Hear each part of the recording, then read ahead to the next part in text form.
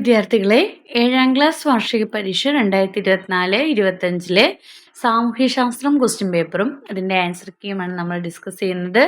അപ്പോൾ മക്കൾ ആദ്യമായാണ് ചാനൽ കാണുന്നതെങ്കിൽ ചാനൽ ഒന്ന് സബ്സ്ക്രൈബ് ചെയ്യണേ.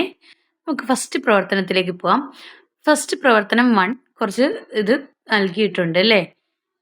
ഈ ക്വസ്റ്റ്യൻ ചിത്രം നിരീക്ഷിച്ച് സൂചനകൾ പ്രകാരമുള്ള ചരിത്ര സ്രോതസ്സുകളെ കണ്ടെത്തി എഴുതുവാനാണ് പറഞ്ഞേക്കുന്നത്.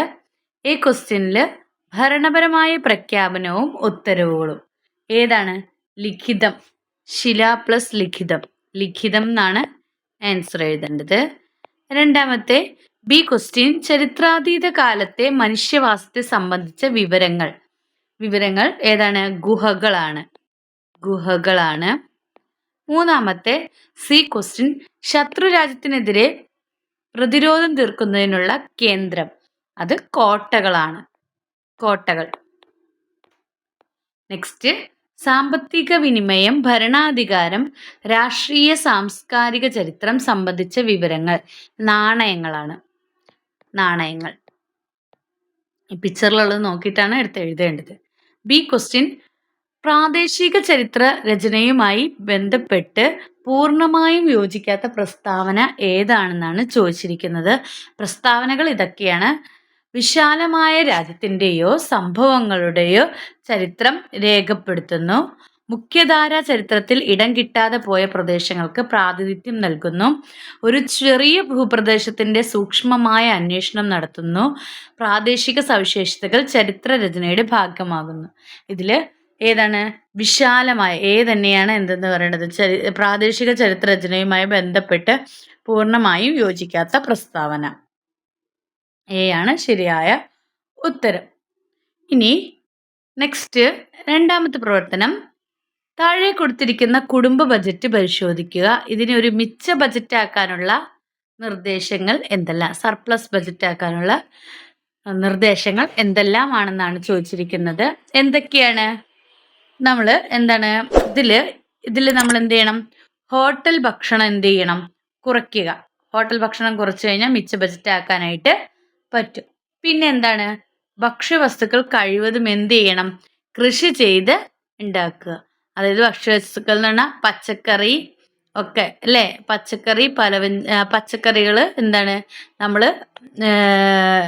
വീട്ടിൽ തന്നെ കൃഷി ചെയ്ത് ഉണ്ടാക്കുക. അപ്പോൾ അതുവഴിയും മിച്ച ബജറ്റ് ആക്കാനായിട്ട് പറ്റും. പിന്നെ എന്താണ്? വിനോദയാത്രയിൽ അനാവശ്യ യാത്രകൾ എന്ത് ചെയ്യണം? ഒഴിവാക്കുക.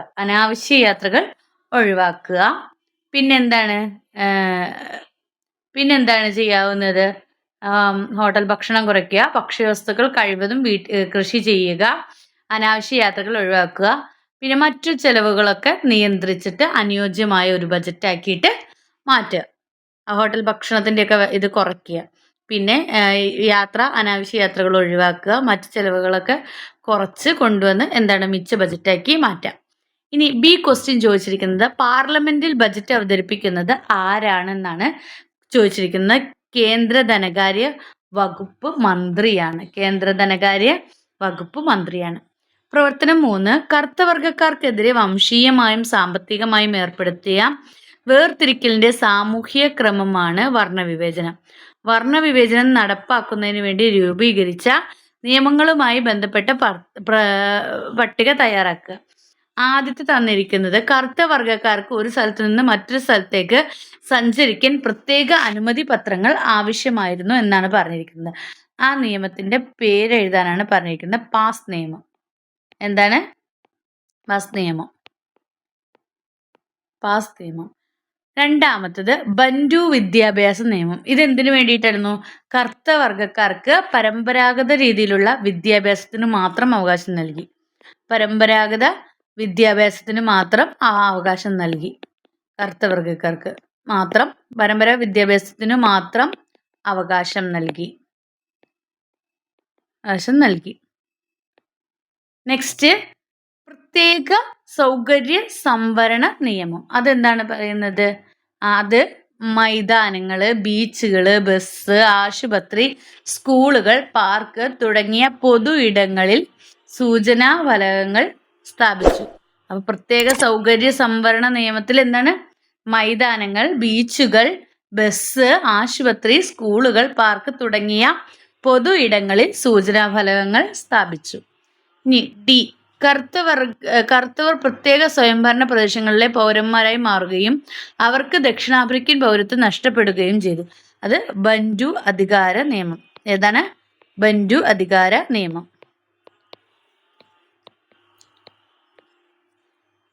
Next B question. ദക്ഷിണാഫ്രിക്കയുടെ ചരിത്രത്തിൽ വളരെ പ്രാധാന്യം അർഹിക്കുന്ന വർഷമാണ് 1994. തന്നിരിക്കുന്നവയിൽ 1994 ബന്ധപ്പെട്ട ശരിയായ പ്രസ്താവന ഏതാണെന്നാണ് ചോദിച്ചിരിക്കുന്നത്. ബി ആണ് ശരിയായ ഉത്തരം. ബി, ആദ്യത്തെ ജനകീയ തെരഞ്ഞെടുപ്പ്. ഇനി പ്രവർത്തനം 4, വാർത്താ തലക്കെട്ട് ശ്രദ്ധിക്കുക. ഈ നമ്മുടെ രാജ്യത്ത് നിലവിലുള്ള എന്തൊക്കെ നിയമങ്ങളുമായി ബന്ധപ്പെട്ടുള്ളതാണെന്ന് കണ്ടെത്തി പൂർത്തിയാക്കുക. കുറച്ച് വാർത്താ ഹെഡിങ്ങുകൾ തന്നിട്ടുണ്ട്. അത് ഏത് നിയമവുമായി ബന്ധപ്പെട്ടതാണെന്നുള്ളത് ആ നിയമങ്ങൾ പേര് തന്നിട്ടുണ്ട്. ഇനി വാർത്താ തലക്കെട്ട് അതിലേതാണ് യോജിക്കുന്നത് എന്നുള്ളതാണ് എടുത്ത് എഴുതേണ്ടത്. ഒന്നാമത്തെ ഭക്ഷ്യസുരക്ഷാ നിയമം. ഭക്ഷ്യസുരക്ഷാ നിയമത്തിൽ ഇതാണ് വരുന്നത്. പൊതുവിതരണ സംവിധാനം ശക്തിപ്പെടുത്തി എല്ലാവർക്കും ആരോഗ്യം ഉറപ്പാക്കും. അതാണ് വാർത്താ തലക്കെട്ടായിട്ട് വരുന്നത്. രണ്ടാമത്തെ വിദ്യാഭ്യാസ അവകാശ നിയമം. നാടോടി ബാലികയെ സ്കൂളിൽ ചേർത്ത് PTA മാതൃകയായി. അതാണ് രണ്ടാമത്തത്. മൂന്നാമത്തത് പരിസ്ഥിതി സംരക്ഷണ നിയമം. നദിയിലെ അനധികൃത മണവാരൽ പോലീസ് ഇടപെട്ടു. ഇതാണ് പരിസ്ഥിതി സംരക്ഷണ നിയമവുമായി ബന്ധപ്പെട്ട തലക്കെട്ട്. നാലാമത്തത് വനം വന്യജീവി സംരക്ഷണ നിയമം. അതുമായി ബന്ധപ്പെട്ട് നാട്ടിലിറങ്ങിയ കടുവയെ ഉൾക്കാട്ടിലെത്തിച്ച് വനം വകുപ്പ്. അതാണ് തലക്കെട്ടായിട്ട് എഴുതേണ്ടത്. ഇനി ബി ക്വസ്റ്റ്യൻ. കുട്ടികൾക്കു നേരെ നടക്കുന്ന ലൈംഗിക അതിക്രമണങ്ങൾ തടയുവാൻ 2012 ഇന്ത്യൻ പാർലമെന്റ് പാസാക്കിയ നിയമം ഏതെന്നാണ് ചോദിച്ചിരിക്കുന്നത്. നിയമം പോക്സോ ആക്ട് ആണ്. എന്താണ്? പോക്സോ ആക്ട് ആണ്. ഇനി നെക്സ്റ്റ് പ്രവർത്തനം 5 നോക്കാം. ദക്ഷിണാഫ്രിക്കയിൽ അധികാരം സ്ഥാപിക്കാൻ ശ്രമിച്ച ബ്രിട്ടീഷുകാർക്ക് ചില ലക്ഷ്യങ്ങൾ ഉണ്ടായിരുന്നു. ആ ലക്ഷ്യങ്ങൾ എന്തെല്ലാം? പദസൂര്യൻ പൂർത്തിയാക്കാനാണ് പറഞ്ഞിരിക്കുന്നത്. എന്തൊക്കെയായിരുന്നു? ഒന്ന്, കൂടുതൽ ഭൂപ്രദേശങ്ങൾ സ്വന്തമാക്കുക. അല്ലേ? കൂടുതൽ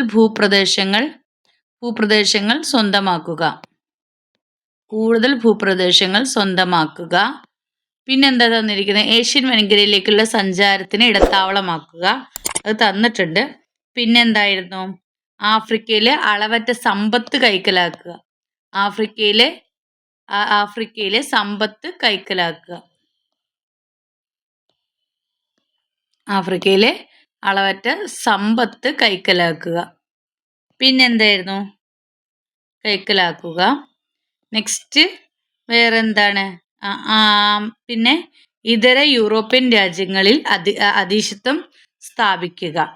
ഇതര യൂറോപ്യൻ രാജ്യങ്ങൾക്കുമേൽ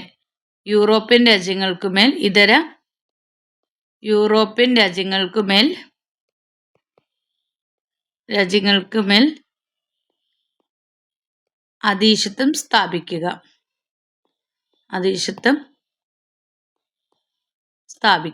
ഇതൊക്കെയായിരുന്നു അവരുടെ ലക്ഷ്യങ്ങൾ എന്ന് പറയുന്നത്. ബി, ദക്ഷിണാഫ്രിക്കയുടെ ചരിത്രം തിരുത്തിയ ഭൂവടി യുദ്ധങ്ങൾക്ക് കാരണമായ സാഹചര്യങ്ങൾ എന്തെല്ലാമായിരുന്നു എന്നാണ് ചോദിച്ചിരിക്കുന്നത്. ദക്ഷിണാഫ്രിക്കയുടെ ചരിത്രത്തിൽ ഭൂവർ യുദ്ധങ്ങൾക്ക് കാരണമായ സാഹചര്യങ്ങൾ എന്തെല്ലാമായിരുന്നു എന്നാണ് ചോദിച്ചത്. ഒന്ന്, എന്താണ്? ദക്ഷിണാഫ്രിക്ക ലോകത്തിലെ ഏറ്റവും പ്രധാന സ്വർണ്ണ വജ്ര ഉൽപാദകരായി മാറി. എന്താണ്? വജ്ര ഉൽപാദകരായി മാറി.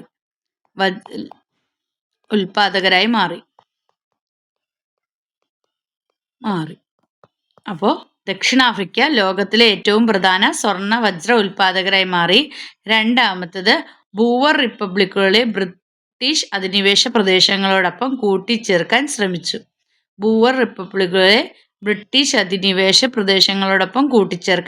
ശ്രമിച്ചു. ഇനി പ്രവർത്തനം 6, വികസനേതര പ്രവർത്തനങ്ങൾക്കായി സർക്കാർ ചെലവഴിക്കുന്ന ധനമാണ് പൊതുചെലവുകൾ. താഴെ പറയുന്നവയിൽ പൊതുവരുമാനം ഉപയോഗിക്കാതെ നടക്കുന്ന പ്രവർത്തനം ഏതാണെന്നാണ് ചോദിച്ചിരിക്കുന്നത്. ഡി ആണ് ശരിയായ ഉത്തരം. PTA പണി കഴിപ്പിച്ച സ്മാർട്ട് ക്ലാസ് റൂം മന്ത്രി ഉദ്ഘാടനം ചെയ്തു. അതാണ് അതിൽ വരുന്നത്.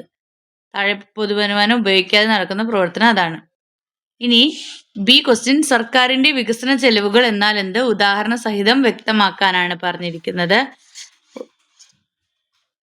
എന്താണ് സർക്കാരിന്റെ എന്തായിരിക്കും എന്ന്? രാജ്യത്തിന്റെ സാമ്പത്തികവും സാമൂഹികവുമായ വികസനവുമായി നേരിട്ട് ബന്ധപ്പെട്ടിരിക്കുന്നു. എന്താണ്? രാജ്യത്തിന്റെ സാമ്പത്തികവും സാമൂഹികവുമായ വികസനവുമായി നേരിട്ട് ബന്ധപ്പെട്ടിരിക്കുന്നു. ഉൽപാദന ചെലവുകൾ എന്നറിയപ്പെടുന്നു. രാജ്യത്തിന്റെ ഉൽപാദനത്തെയും യാഥാർത്ഥ സമ്പദ് വ്യവസ്ഥയെയും ഉത്തേജിപ്പിച്ച് സാമ്പത്തിക വളർച്ചയ്ക്ക് കാരണമാകുന്നു. റോഡ്, പാലം, തുറമുഖം എന്നിവ നിർമ്മിക്കുക, പുതിയ സംരംഭങ്ങളും വിദ്യാഭ്യാസ സ്ഥാപനങ്ങളും ആരംഭിക്കുക തുടങ്ങിയവ വികസന ചെലവിൽ വരുന്നതാണ്. ഇതാണ് ഇതിൻ്റെ ഉത്തരമായിട്ട് എഴുതേണ്ടത്. ഇനി പ്രവർത്തനം 7. ഇവിടെ 2 വാർത്തകൾ തന്നിട്ടുണ്ട്. അതിൽ ആദ്യത്തെ ക്വസ്റ്റ്യൻ ചോദിച്ചിരിക്കുന്നത് അന്തരീക്ഷ മലിനീകരണം ഒഴിവാക്കുന്നതിനുള്ള മാർഗങ്ങൾ എന്തെല്ലാം? കുറിപ്പ് തയ്യാറാക്കുക എന്നാണ് പറഞ്ഞിരിക്കുന്നത്. എന്താണ് അന്തരീക്ഷ മലിനീകരണം തടയാനുള്ള മാർഗങ്ങൾ?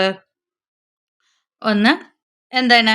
നമ്മൾ പൊതുവാഹനങ്ങൾ ഉപയോഗിക്കുക, പബ്ലിക് ട്രാൻസ്പോർട്ടേഷൻ ഉപയോഗിക്കുക, പൊതുവാഹനങ്ങൾ ഉപയോഗിക്കുക, മാലിന്യങ്ങൾ കത്തിക്കാതിരിക്കുക, ഫോസിൽ ഇന്ധനങ്ങളുടെ ഉപയോഗം കുറയ്ക്കുക, വൈദ്യുതി ഉപയോഗം നിയന്ത്രിക്കുക തുടങ്ങിയവ. അപ്പോൾ എന്തൊക്കെയാണ് അന്തരീക്ഷ മലിനീകരണം ഒഴിവാക്കുന്നതിനുള്ള മാർഗങ്ങൾ?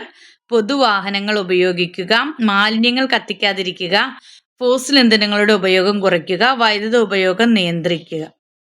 ഇനി ബി ക്വസ്റ്റ്യൻ ചോദിച്ചാണ് അന്തരീക്ഷത്തിൽ ഏറ്റവും കൂടുതലുള്ള വാതകം ഏതാണ്? B, nitrogen. ഇനി പ്രവർത്തനം 8. ഇവിടെ എ ക്വസ്റ്റ്യൻ തന്നിരിക്കുന്നു. മുകളിൽ തന്നിരിക്കുന്ന കുറച്ച് പ്ലക്കാർഡുകളാണ് അല്ലേ? അപ്പോൾ ആ പ്ലക്കാർഡുകൾ ശ്രദ്ധിക്കുക. ഭക്ഷ്യസുരക്ഷയുമായി ബന്ധപ്പെട്ട് ഗവൺമെന്റും വിവിധ സംഘടനകളും കാര്യക്ഷമമായി പ്രവർത്തിക്കുന്നുണ്ടെങ്കിലും ഇപ്പോഴും ചില പ്രശ്നങ്ങൾ നിലനിൽക്കുന്നു. അതിൻ്റെ കാരണങ്ങൾ എന്തൊക്കെയാണെന്നാണ് ചോദിച്ചിരിക്കുന്നത്. എന്തുകൊണ്ടൊക്കെയാണ്? ഒന്ന്, വിതരണത്തിലെ അപാകത. പിന്നെന്താണ്? വിലവർദ്ധനവ്, വരുമാനക്കുറവ്. വില വർദ്ധിക്കുമ്പോൾ വരുമാനക്കുറവ്. പിന്നെന്താണ്?